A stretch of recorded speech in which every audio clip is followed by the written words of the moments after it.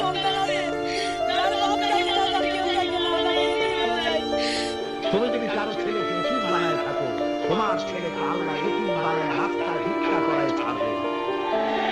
তুমি যদি কারো বাপকে মাকে কাঁদায় থাকো, আল্লাহ রাব্বুল আলামিন তোমার বাবাকে কাঁদাবে।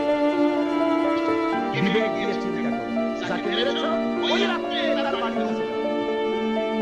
ওই রাত্রে গোপনে তার বাড়ির কাছে গিয়ে দেখো তার মা কিভাবে তার সন্তানের জন্য কাঁদতেছে, মায়ের করুণা খালি হয়ে চলে কিভাবে কাঁদতেছে, তার বাবা কিভাবে কাঁদতেছে, তার বউ থাকলে কিভাবে ছটফট করতেছে, তার মেয়ের করুণা সন্তান থাকলে কিভাবে আল্লাহ করে মেরেছো। একবার বাড়ির কাছে গিয়ে কান্নাটা শোনো। মনে রাখো সন্ত্রাসীরা মনে রাখো অস্ত্র দিয়ে মানুষ মেরে যারা মেরেছো, আল্লাহ এইভাবে তোমাদের নিহত হতে হবে কোনো সন্দেহ নাই।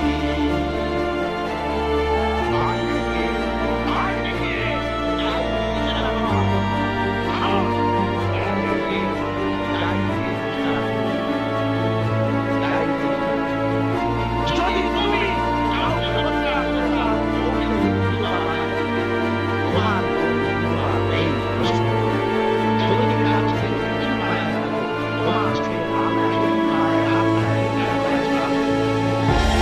তুমি যদি কারো বাপকে মাকে কাঁদায় রাখো, আল্লাহ রাব্বুল আলামিন তোমার বাবাকে